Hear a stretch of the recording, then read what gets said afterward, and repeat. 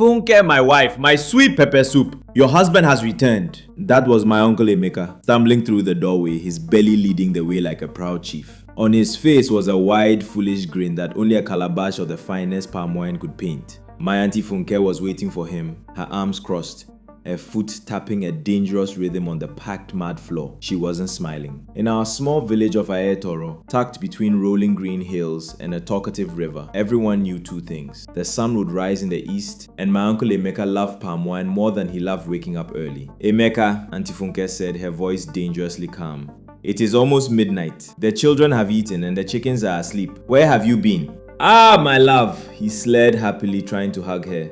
I was at Papa K's place. You know, a man cannot refuse the call of his friends. We were just discussing important village matters. Auntie Funke sidestepped his hug. Discussing village matters or drinking the village dry. Emeka, this has to stop. Every evening it is the same story. Remember, a man who chases two rats at once will catch none. You cannot serve your family and set the palm wine keg at the same time. It hadn't always been like this. When Uncle Emeka first married Auntie Funke, he was a hard-working farmer. His yams were the biggest in the market, and his laughter was genuine. He would drink a little palm wine after a hard day's work, just one small cup, to clear the dust from his throat, as he would say. But slowly, one cup became two, two became a small gourd, and the small gourd became a giant calabash shared with friends. He started selling his best yams for cheap, just to get quick money for a drink. The village matters he discussed at the palm wine joint never seemed to end, but the money for food at home was always finishing. The funniest and saddest part was when he tried to hide it. He would come home chewing bitter leaf to hide the sweet smell of the wine on his breath.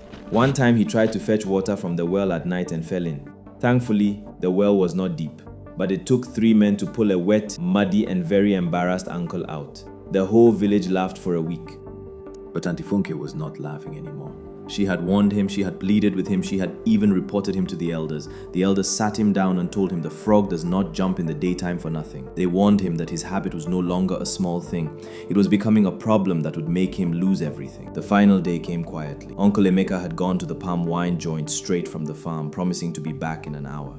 He stumbled home long after dark, singing a song about a brave warrior, but the house was dark. Funke? He called out. Children? There was no answer.